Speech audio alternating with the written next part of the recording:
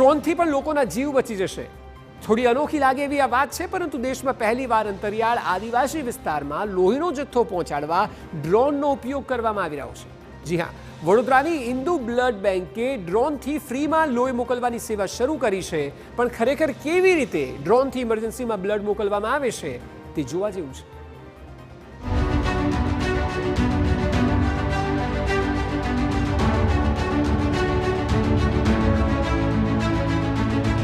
મોટાભાગે ડ્રોનનો ઉપયોગ આપણે લગ્નમાં કે અન્ય ફોટોગ્રાફી માટે કરતા હોઈએ છીએ, પરંતુ આ ડ્રોન કોઈનો જીવ પણ બચાવી શકે છે.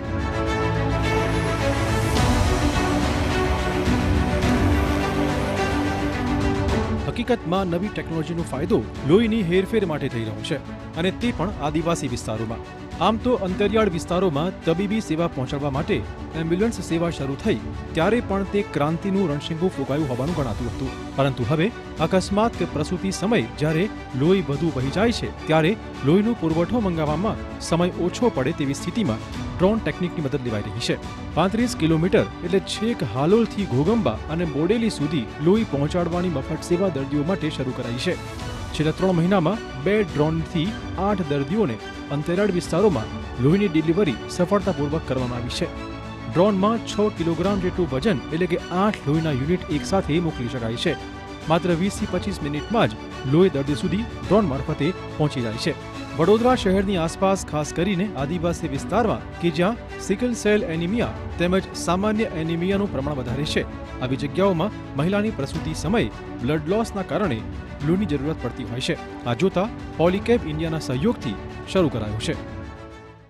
આદિવાસી લોકોમાં સિકલ સેલ એનિમિયા એ બહુ જ પ્રચલિત રોગ છે. થેલાસેમિયા પણ ઘણા બધા કેસોમાં જોવા મળે છે. હંમેશા લોહીમાં એનિમિયા એટલે કે લોહીમાં હિમોગ્લોબિનની ઉણપ એ ત્યાં સૌથી વધારે જોવા મળતો રોગ છે.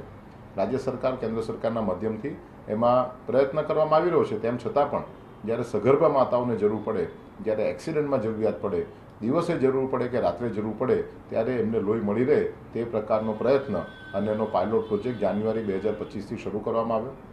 રૂપિયા 32 લાખના આ ડ્રોનની સાથે કંપનીએ ડ્રોન પાયલટ પણ આપ્યા છે. હાલમાં હાલોલની બ્લડ બેંકથી 22 કિલોમીટર દૂર આવેલા ઘોગંબા અને 35 કિલોમીટર અંતરે આવેલા બોડેલી સુધી લોહીનો પુરવઠો પહોંચાડાઈ રહ્યો છે. સમયસર દર્દી સુધી લોહી પહોંચી જાય અને ડ્રોનથી કોઈ વ્યક્તિને ઈજા પણ ન પહોંચે તે માટે ખાસ ટ્રેન પાયલટની સેવા લેવાય છે.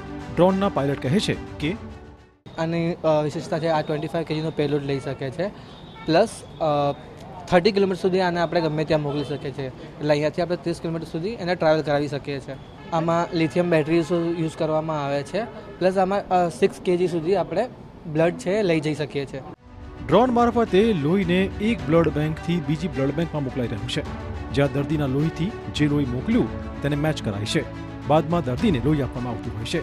આગામી સમયગાળામાં રાજપીપળા, અલીરાજપુર સહિત અનેક વિસ્તારોમાં ડ્રોન મારફતે લોહી પહોંચાડવાની વ્યવસ્થા શરૂ કરાશે. ત્યારે ડ્રોનથી લોહી મોકલવાની ક્રાંતિ એક નવો ટેકનોલોજીનો યુગ મેડિકલ ક્ષેત્રે લાવશે તે નક્કી છે.